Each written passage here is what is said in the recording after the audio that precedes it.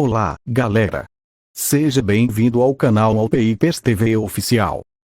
No vídeo de hoje respondo: será que o Xiaomi Poco X6 Pro 5G tem suporte para a tecnologia do MHL? E a resposta é: não.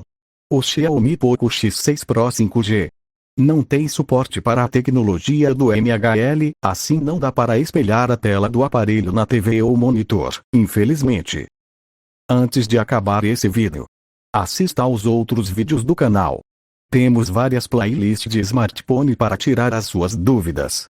Descubra o que você precisa saber, de forma rápida e sem enrolação.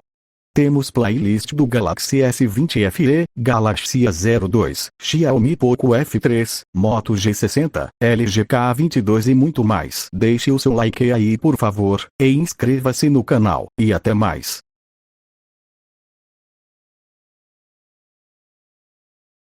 Se você chegou até aqui, vê os outros vídeos aí, ou comenta qualquer coisa.